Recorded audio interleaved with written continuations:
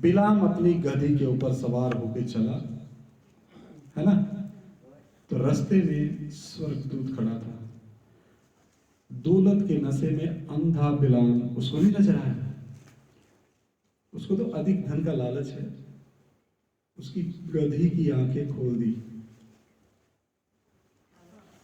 परमेश्वर ने उसकी गधी की आंखें खोली और वो बोलने भी लगी।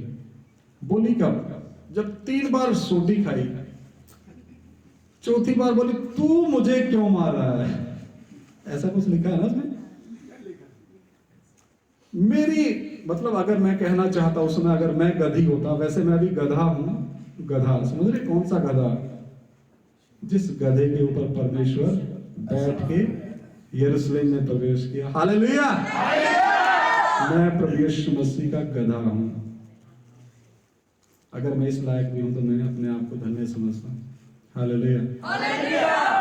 तो उसकी तो आफत आ गई। उधर भी दीवार, इधर भी दीवार, उधर जाए फिर सोटी पड़े, इधर जाए, आगे तलवार लेके खड़ा स्वर्गदूत। वो क्या करे? फिर परमेश्वर ने उसको जानवरों से भी बुलवा दिया। हालेलुया! तो ध्यान रखना है, इतना वचन के गहरे उपदेश सी करके भी अभी हम गहराई की तरफ बढ़ते जा रहे हैं दिन प्रतिदिन। तो फिर अगर ये कलीसिया चुप रहेगी ना, तो फिर गीत लिखा है ना, एक गीत भी लिखा हुआ है, अगर खामोश हो जाए सारी जमी के इंसान, पत्थर चिल्ला उठेंगे, देंगे खुदा को महिमा।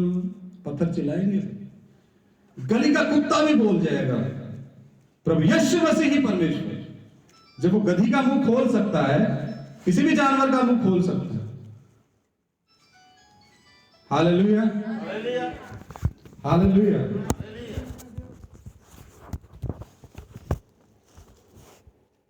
तो वहां जाके उसने, बलाक राजा आया, बोला देखो वो इजरायली आ रहे, यहूदी आ रहे, उनको श्राप दो।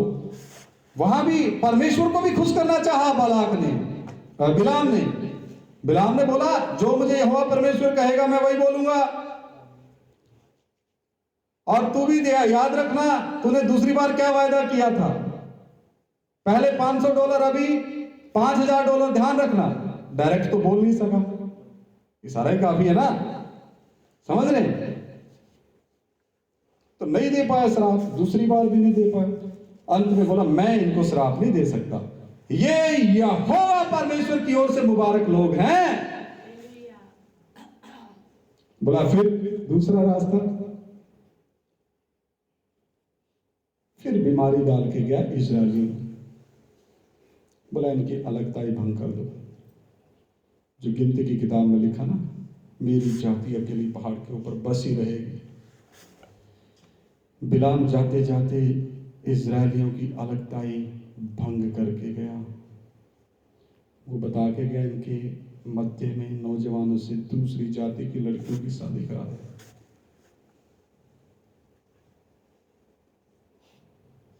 और प्रकाशित वाक्य में भी लिखा है, पढ़ लीजिए।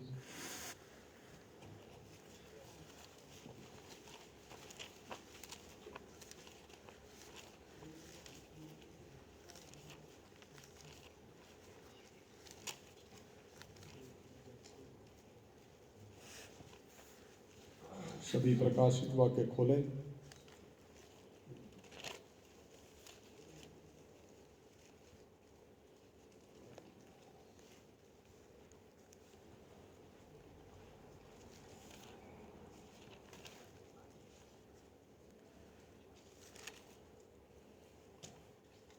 पहले हम पढ़ेंगे दूसरा बाब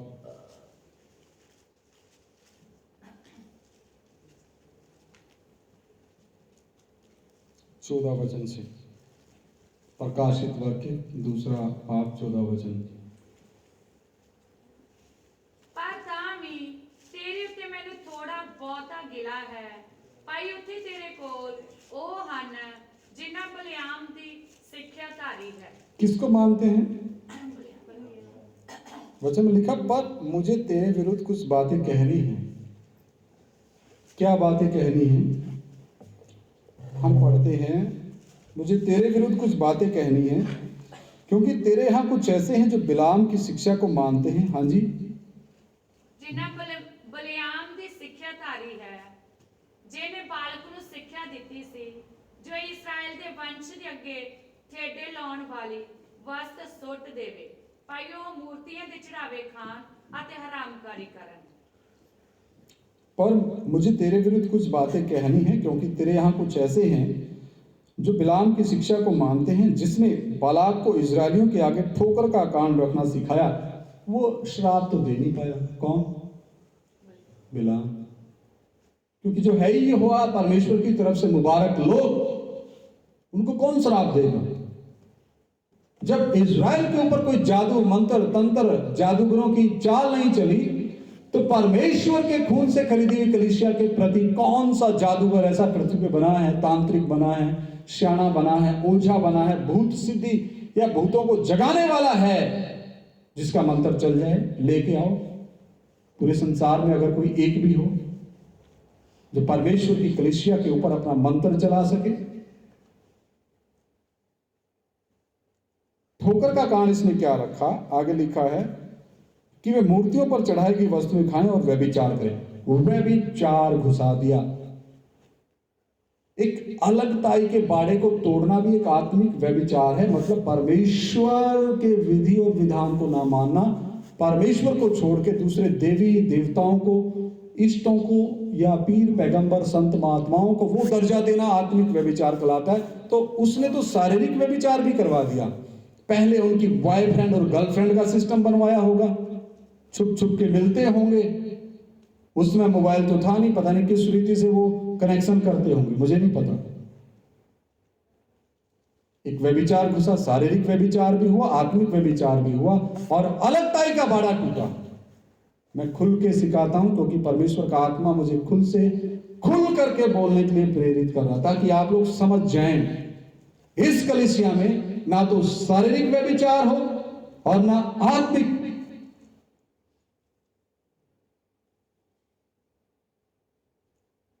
हालेलुया। अब ये डोज बढ़ती जाएगी।